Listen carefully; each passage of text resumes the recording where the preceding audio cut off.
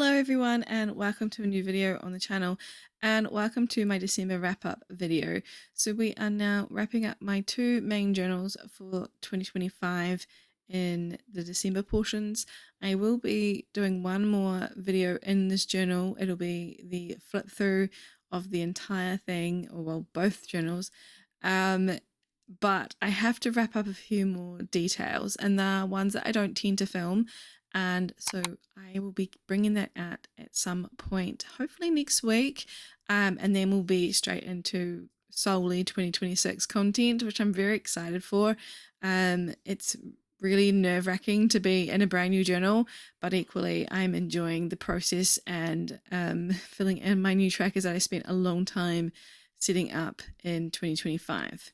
But currently we are on the Days Red Pixel, and if you're new here, this is two different table pixel graphs or pixel charts. On the left hand side is how many books I read per day, and on the right hand side it's much spottier because I only mark down on those days that I finished a book. So over the month of December, it was really interesting. I had 16 reads in total, but quite a few of them were novellas. And at the end of the year, I had a lot more end of year admin that I didn't really anticipate for. I know that it's coming, but I don't ever set enough time aside to be intentional about it. So I did end up taking quite a few days away at the end there, but I was really pleased with the amount of books that I got read in that last month, and was ready to just sort of take a debrief away from focusing on reading and getting other areas in my life sorted for the new year. So I was really happy with how the pixels ended up looking at the end. I will go into that a little bit more in depth in the flip through, but essentially it was really nice to see the trends that had been established in the second half of the year continue through. We're now on to the 2 pages here in the front. The other challenges didn't really need any information, but the monthly theme and the book club reads did need some input. And my top read of the year, The Everlasting by Alex E. Harrow, was our final book club read for Toward the End, and I'm so glad we ended on a high after some less than ideal reading stats for that book club over 2025. I did end up sharing my top reads of 2025 in a video, and that is already up on the channel, so if you want to check that out you can. It's quite lengthy though, and I've just basically given away what my top read of the year was, which was The Everlasting. We're now into the December section, and my theme was nights or nightcore, and I really enjoyed this theme a lot over the month, though I admit that there are some areas where it's quite open with not a lot of information. So I did end up having to spend some time in the beginning of this video just catching things up. So my monthly view was not up to date. I had to add in about 4 books, I think, and that's pretty simple. Just what I do on this calendar grid is mark down a visual representation of the days that I read. I don't draw a line all the way through. Some people do that. But I like to represent on the days that I actually read the book, because you can put like a time period. Say you read from Paladin's Grace. I started on the 10th of December, but it only took me 2 sessions to listen to that. Whereas if I left it for the 10th to, I think I can't even tell what the number is on the screen here, but it's a whole week later. So it'd be maybe 10 days that it took me to read it. It looks a lot different than if you just notice that it was only done in 2 sessions. So yeah, that's why I like to do it this way. It gives me a really good representation. I try to use the colors that are on the cover to mark down on this calendar. It makes it look really colorful. Now that we're done with the monthly view, I am going to flip over into the next page. I didn't get a lot of arcs done in December, I must admit, and 2 of them I actually DNF'd. So the quotes page, again, was looking pretty bare. It needed to have the rest of the quotes put in. I also did not end up drawing in my Clear Your Shit readathon bingo board, so I'm actually doing that off camera just to fill in that space. I've been going through and filling in all the white space that's been left in this journal, so it doesn't look so bare when we go to the final flip through. And now we're on to our usual sections, which is filling in the reading log. I was again behind with those 3 books that didn't have information on here, so I'm just going to quickly jot that in. I'm only going to show you book 14, and then we'll just jump straight into colouring in the star ratings, which were all 4 stars, which was a really good way to end the year. And then we can go to my favorite part of these wrap-ups, which is putting in the stickers of the book covers into those little gaps beside the information. I really enjoy doing this, and it's such a good way to give, again, visual guide and visual representation of what you've read. And it's not just a whole bunch of text. So like I said, I read 16 books in December, and I only had one 5-star read, which was really bizarre because I had been having quite a few over the year. There were a few books that I really would have liked more from, and I was kind of sad that Good Spirits ended up being 4.5. But overall, I had a really decent reading month. I did end up picking up the novella series Under the Mistletoe, which is done by a various amount of authors. I think there were 5 of them. And yeah, it was an extremely interesting experience. There were some that I really enjoyed, like Ellie Hazelwood's book and Alexandria Balfour's, but there were some meh books as well. But I was introduced to some new authors, and I will be checking them out again in the future, especially Alexandra Balfour, because I really enjoyed her novella the most. As you can see, I did end up running out of these little format stickers that I have. I keep them at the back of my journal there, and you'll get to see in a moment where I start to panic that I was one audiobook sticker short. And so I ended up just grabbing from my new journals supply. The good thing is that I've actually noticed between the 2 sheets that the physical book icons are much larger, and I've got a heap of them left from 2025. So as you can see, they're much bigger, right? So I think what I'm going to do is use them for something else, and I will use my leftovers from 2025 instead, because they're a much more palatable size for my journaling, especially since I've changed my layout for my reading logs going forward. So definitely happy that I was able to complete this tracker with all the stickers, and I didn't have to go print something out really quick. And that is the December section in my main reading journal done. Now let's move in to my reading data journal. So there was a bit of information that I had to add in. I didn't intentionally focus on finishing series, but I did spend quite a lot of time reading books that I had already started series of. So I think I end up being able to track off 3 more completed series in this session. One being that novella series that was started and finished in December. But I did take some time to sort of sit here and look at if there were anything that I needed to add. And since filming this, I've actually noticed that I do need to add some more things. So I will leave that for my January wrap up, or perhaps I might end up doing that off camera because I will be filming this for the end of year 2025 flip through. So I am trying to think of how I'm going to mark off the difference between the new year for new series. I might use like my pale purple Ohuhu marker that I've been lovingly using for pretty much everything in the new color scheme for 2026, because purple is the color for my 2026 reading. So I might use that to just lightly mark the box so I can tell where I started new series. I mean, it's pretty obvious because I will have the color key that you're seeing on the screen for next year updated with purple there. So it's a different purple though. But yeah, I just wanted to make sure that I had everything sort of in a line that I can just really quickly see, hey, that's where I started 2026 series tracking. But I do have a goal for this year to really focus on finishing off some series. I've actually gone and hired a couple of books out from the library already to try and continue some series that I've started, because I was just looking at that list and going, hey, actually, do I want to continue this or not? So that is something that I am sort of in the mindset right now of thinking about, is that new year start where you want to really be intentional about what you're doing with your year. And for me, for reading, I really want to focus on finishing some series and not just reading because I can read. Like I've mentioned in previous videos, 125 books is my goal for 2026 because I want to slow things down. And I know myself, I'll still want to try and read a lot. So that's why I've left it only 25 books less. However, I just want to be really intentional with myself and be like, take it slow. You don't have to read all the time. The other day I caught myself on Libby and I was journaling and I was like, I really want to read an audiobook now that I've finished the one that I was listening to. Let's go to Libby and find a new one to listen to. And what I found in that session was I was just grabbing anything and everything that remotely sounded okay. And because none of the books that I currently need to be reading have audiobooks available, I am talking about ARCs here. And so I ended up grabbing a whole bunch and then went through, listened to like 3 seconds of it basically, well, 3%, and went, no, don't like this, don't like this, don't like this. And I hate when I get in those moods.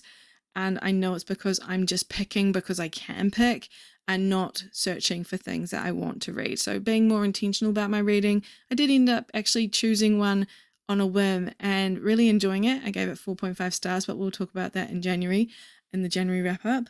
But yeah, overall, like I really want to be more intentional about my reading. And so now's a good time to be looking at the series that I want to continue, want to scrap, that kind of thing. So we've already moved on into the 2025 section of this journal. We're currently on the Year of the Glance. This is the last time I'm doing this setup. I actually did not bring it over into 2026. I feel like it's not really serving me anymore. And I actually ended up, while I was filming this, going off. I don't know how I managed to do it. Normally I'm pretty good at filling it in, but I started just colouring in all the book covers and not putting anything on the calendar. So now I have the task of, after narrating this, going and doing that because I'll forget otherwise. But yeah, I've just left it. So I do have some of the scrap paper remaining from this setup. So I will be doing what I did on the front page and covering up this bottom white space. But otherwise, we are done with the glance page. So now moving on to my DNFs and rereads, I actually make a mistake here that I do need to fix. One of the books I marked down as 17%. It was actually 28% that I DNF'd at, and that was The Last Wish of Bristol Keats. And it's so unfortunate because this was one of my most anticipated sequel releases of 2025, and I tried really hard to get into that book. I even picked up the audiobook after it came out because I did have an art copy, and yeah, could not get into it. So yeah, it's unfortunate, but that is how this tends to play out sometimes. Now we're into the books by section. So we've got books by rating at the moment that I'm colouring in. I did have to go in and add on the extra book covers, book numbers, because I only did up to 150, but I did end up reading 158 books over 2025. And this is just the end of that. The unfortunate part about the pens that I was using, which I think I set up with, is that they were not dry enough. Even though they weren't smudging when I touched them, the ink in the water-based Crayolas just seemed to make them bleed ever so slightly. So I was a little bit frustrated by that. I think I need to get some new pens. But yeah, so this is now the books by genres section, and then we've got books by format to come as well. Same situation. Essentially, I needed to put in 158 books, and then I'm going through and colouring it to the key that you can see on the screen. I am definitely moving away from this genres tracking system. It's not going to be as frustratingly subgenre broken down, such as I had cozy fantasy, gothic fantasy, other fantasy. I struggled with that because then there were times where it was like, I am a cozy fantasy, but I'm also this fantasy, and I just really struggled to try and figure out where to mark things. So I've just made it fantasy and romantasy, and hopefully that will do. But the format section has always worked really well for me, really enjoy that. And I did a lot of mixed reads in December because I ended up reading and listening to those novellas by those various authors, in the Under the Mistletoe novella series. So page length is the last one in the books by section, and really enjoy this page. I've mentioned that so many times. And I'm really looking forward to filling it in 2026. But it was nice to end the year out with different colors, I guess. I don't have a lot of the pink on this page because I don't tend to read books under 200 pages. But here we go, adding in a whole bunch. And yeah, it's unfortunate that the pen smudged on those colors. And then we're going to move on from this into the reading goal section, and I'm okay with not completing it all. I thought I would be upset, but I'm actually quite accepting of it all. So I did end up reading 150 books, so we get to check that off. I did not clear 80 books off my Kindle. I ended up reading over 24 physical books, but I did not do them all just as physical. I did add in that I had read some with an audiobook, so tandem reading or mixed reading. I did keep my NetGalley percentage above 90%. I didn't finish 20 series though, and I didn't work on the continent one where I was going to read a book from every continent. That just never worked out. I did read 3 different books by from genres that I don't tend to pick up. I just haven't written the titles in. I'm going to do that off camera. So now we're onto the stats omnibus, and it is giving a lot of information that I will go into when we go to the December stats page. And it would be really helpful if I get that book ready for myself. But essentially this is a really big table with all the information that I think to put into it. I'm really looking forward to bringing this over into 2026. I really enjoy that table, and so do a lot of you. You've commented about it. Now onto the last 2 pages for stats keeping before we move into December stats. We have the library savings and the eArc station. I have not totaled up anything, again, off camera stuff, and then I'll talk about that in the flip through. So I'm just going to quickly reach for my book. And I should have got myself organized. Normally I'm really organized for these videos, but for some reason I was not today. So I'm sorry if that's making any noise. So I do have the information in front of me now, so you can see that I'm making the page come together right now. And I'm going to write down all the core stats now, and we can talk about them. So the core stats, books read, I had 16 of them. I had a total of 5,002 pages read, which, considering I had quite a few novellas, I still think that's quite good. The average was way down though. It was 3.6, which isn't too bad, but considering how I've been sort of hovering between 3.8 to 4.2 all year long, it was a little bit frustrating to have a lower rating. However, I did have 2 2-star reads and only 1 5-star read, so it does add up that way. I had 25 and a half hours of audio listening.